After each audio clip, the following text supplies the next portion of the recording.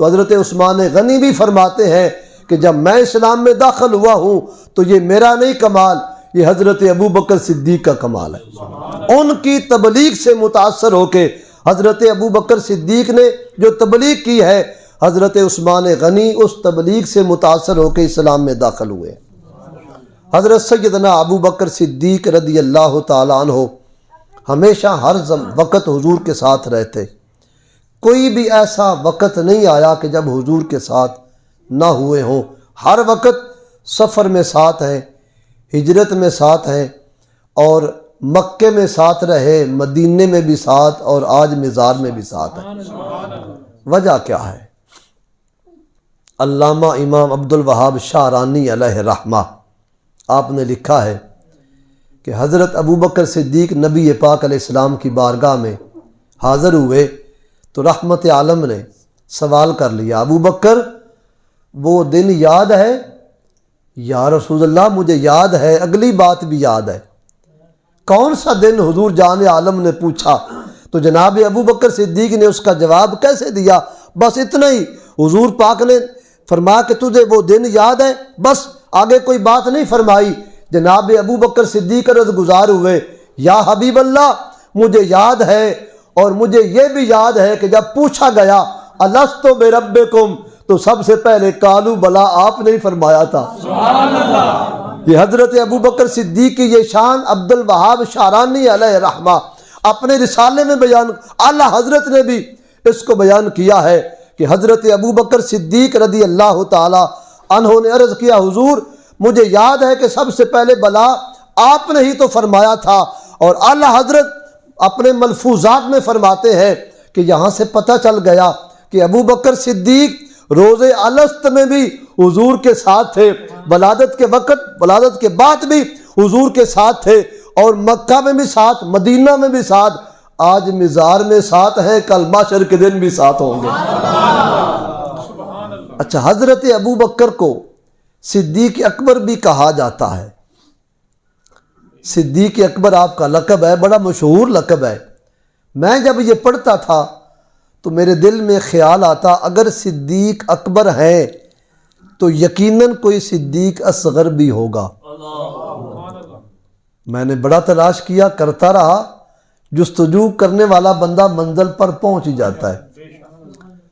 تو مجھے پھر رات کو یہ مسئلہ مل ہی گیا کہ ابو بکر تو صدیق اکبر ہیں تو کوئی تو صدیق اصغر بھی ہوگا۔ وہ کون ہے؟ ہونا چاہیے، اکبر کے مقابلے میں اصغر آتا ہے نا، بڑا اور چھوٹا، تو ہونا چاہیے۔ دل میں یہ خیال آتا، آج وہ خیال مجھے ملا۔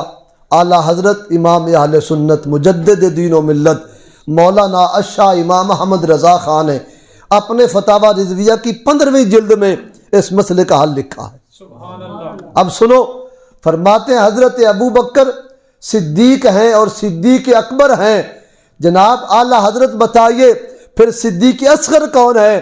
فرماتے ہیں سنو، ابو بکر کو صدیق اکبر کہا گیا، حیدر کرار مولا مرتضیٰ علی شیر خدا کو صدیق اصغر کہا گیا ہے۔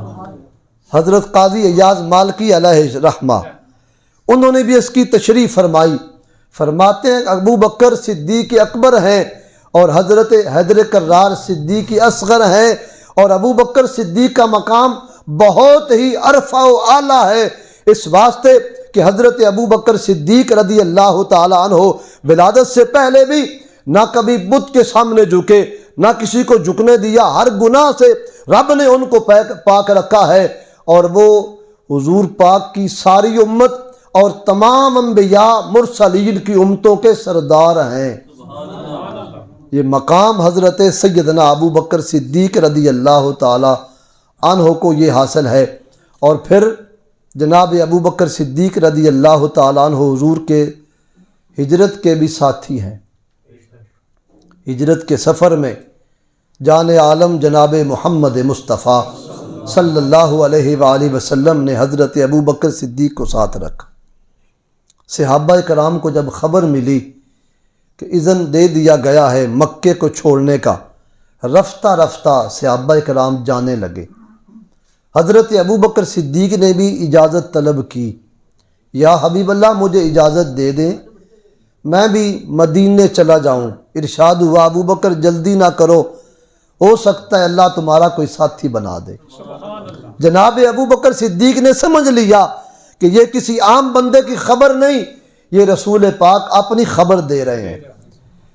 پھر ابو بکر صدیق اس تیاری کے لیے انتظار میں، وقت گزرتا گیا، اپنی جیب سے پیسے نکالے، آپ کے آزاد کردہ ایک غلام عامر بن فہیرہ، یہ ان کو پیسے دیے، کہا 2 اونٹنیاں لو، ان کو جنگلوں میں چراؤ، کوئی کام ان سے نہیں لینا، اور ان کو بوٹا تازہ فربا کرتے رہو، اور اتنا عرصہ کے بعد فلاں غار کے دروازے پر فلاں دن ان اونٹنیوں کو لے کے آ جانا۔ میں کہنا چاہتا ہوں نبی تو ہوتے ہی غیب دان ہیں، اور نبی کی رفاقت میں رہنے والے ابو بکر بھی اتنا علم تو جان گئے تھے۔ ابھی حضور پاک علیہ السلام نے ہجرت کی نہیں، ابو بکر صدیق نے 2 مہینے پہلے اونٹنیوں کے پیسے بھی دے دیے، انتظام بھی ہو گیا۔ وہ حضرت عامر بن فہیرہ اونٹنیوں کو چراتے رہے، ادھر حضور ہجرت کر کے جانے کا ارادہ فرماتے ہیں، اور حضرت ابو بکر صدیق رضی اللہ تعالیٰ عنہ کو بتا دیا گیا کہ آج رات ہم رات کی تاریکی میں ہجرت کر کے یہاں مکے سے چل کے مدینہ کی جانب تشریف لے جائیں گے، اور حضرت ابو بکر صدیق اپنے گھر کے دروازے کے پیچھے، اور حضرت ابو بکر صدیق حضور کا انتظار کرتے، ہر رات یہی انتظار کرتے رہتے۔ رحمت عالم نے اپنے بستر پر حیدر کرار مولا مرتضیٰ کو لٹایا، کافر حلقہ بنا کے حضور کے در دولت پہ کھڑے تھے، حضور ان کا حلقہ توڑ کے گزرے، کسی کو خبر تک نہ ہوئی، اور حضرت ابو بکر صدیق بھی انتظار کر رہے تھے۔ ادھر حضور کے کاشیانہ منور پہ کافر بھی انتظار کر رہے تھے۔ توجہ کرنا ہے، ان کو بھی انتظار ہے، ان کو بھی انتظار، پر یہ انتظار میں ہی رہے، ابو بکر صدیق مراد کو پہنچ گئے۔ آپ پہنچ نہیں سمجھ سکے، ان کو بھی انتظار تھا، وہ بھی کھڑے انتظار کر رہے تھے، یہ بھی کھڑے انتظار کر رہے تھے۔ اور یہاں سے یہ بھی پتہ چلتا ہے کہ نبی کے دروازے پہ کھڑا ہونے والا ضروری نہیں ہر عاشق ہی ہو۔ میں کچھ کہہ گیا ہوں، نبی کے دروازے پہ کھڑے ہونے والا ضروری نہیں ہر صاحب ایمان عاشق صادق ہی ہو۔ وہ بھی تو کھڑے دروازے نبی پر ہی تھے جو قتل کا ارادہ لے کے آئے تھے، اور وہ بھی کھڑے تھے انتظار میں، یہ بھی انتظار میں، ان کا انتظار ہی رہا، ابو بکر صدیق مراد کو پا گئے۔ رحمت عالم یہاں سے نکلے، اور حضرت ابو بکر صدیق رضی اللہ تعالی عنہ کے جب گھر کے قریب حضور پہنچے، دروازے کے پاس ہی حضور تشریف لے گئے، جناب ابو بکر نے دروازہ کھول دیا۔ رحمت عالم نے سوال کیا، ابو بکر جاگ رہے تھے؟ آدھی رات ہے یا رسول اللہ، جب سے سنا ہے۔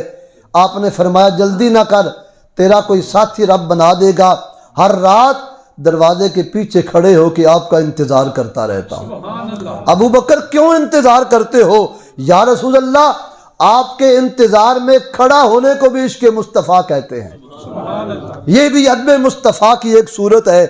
اور پھر رحمت عالم نے فرمایا تیار ہو؟ جی آقا تیار ہوں۔ جناب ابو بکر صدیق کے گھر میں جتنی دولت تھی وہ ساری کی ساری دولت حضرت ابو بکر صدیق نے اس کو جمع کیا، اٹھا لیا۔ جہاں وہ دولت رکھی ہوئی تھی درم و دینار، وہ ایک الماری تھی، اور اس میں کنکر چھوٹے چھوٹے رکھ کے اوپر کپڑا ڈال دیا۔ اپنی صاحبزادی حضرت آسماء بنت ابی بکر صدیق رضی اللہ تعالی عنہما سے فرمایا کہ جب میرا باپ چونکہ بڑھاپا ہے، وہ ان کو خبر پہنچے گی کہ ابو بکر صدیق چلے گئے تو وہ گھبرائیں گے، پریشان ہوں گے، لہٰذا جب وہ گھبرائیں، پریشانی کی کوئی صورت ہو، ان کو تو اٹھانا نابینا ہو چکے ہیں، ان کو یہاں لے آنا، اس الماری کو کھول کے ان کا ہاتھ رکھنا، اور ابا جی کو کہنا کہ غم نہ کرو، ابو بکر چلے گئے ہیں تو کوئی بات نہیں، وہ بہت سارا مال چھوڑ کے گئے ہیں جس پر ہمارا گزارا ہو جائے گا۔ اور حضرت ابو بکر صدیق وہ سارا مال حضور جان عالم کی خدمت میں پیش کرنے کے لیے وہ گھر سے لے کے تشریف لے گئے تھے۔ نعرے تکبیر، نعرے رسالت، تاجدار ختم نبوت، تاجدار ختم نبوت، نعرے حیدری، عظمت و شان مصطفیٰ کریم۔ حضرت ابوبکر صدیق رضی اللہ تعالی عنہ پھر غار کے قریب پہنچے تو حضور کو کندھوں پہ اٹھا لیا۔ پھر غار کے اندر حضور جان عالم علیہ السلام سے پہلے پہنچے، غار کو صاف کیا، حضور کو دعوت دی، رحمت عالم تشریف لے آئے۔ 3 راتیں وہاں گزاری، 3 دن بھی وہاں ہی گزرے، اور حضرت ابوبکر صدیق کھانے کا کوئی انتظام کر کے نہیں لے گئے تھے ساتھ، گھر میں بتا کے گئے تھے کہ ہم جا رہے ہیں اور کھانا وہاں پہنچانا۔ تمام سیرت کی کتابوں نے اور حدیث کی کتابوں میں یہ لکھا ہے کہ رات کا وقت جب ہو جاتا، حضرت اسماء بنت ابی بکر یہ رات کی تاریکی میں کھانا بناتی مکے میں، اور رات کی تاریکی میں تنے تنہا اکیلے خاتون عورت ذات ہو کے میرے بھائی غار ثور پہ چڑھ جاتی اور کھانا بھی دے آتی، دن کی خبریں بھی دے کے آتی۔ 3 راتیں یہ مسلسل عمل کرتی رہی۔ اب ہمیں نہیں معلوم کہ رحمت عالم کتنے راضی ہوئے ہوں گے، کتنا کرم فرمایا ہوگا۔ اچھا، اس کو سمجھتے ہیں ایک مثال کے ساتھ۔ شاہ عبدالعزیز محدث دہلوی نے اپنی تفسیر عزیزی میں ایک واقعہ کو نقل کیا ہے۔